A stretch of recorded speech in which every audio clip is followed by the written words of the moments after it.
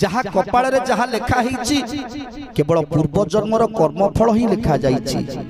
तेणु से पूर्व जन्मर कर्मफल को ए जन्म आम भोग करुछंती, पूर्व जन्मर कर्मफल को ए जन्म भोग करुछंती भाभी कर्म को आदरी जदि दुख को आम सही जिबा, जदि दुख को सही जिबा ना ताहले से दुख आम पाई सुख ही जिवो। ए मनुष्य जन्मर लाभ होउछि एकमात्र जदि आम गोविंद चरण कमल रे समर्पण करिदबा।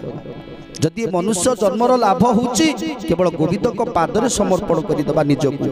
विष्णुर गुण कर्म जेते नित्य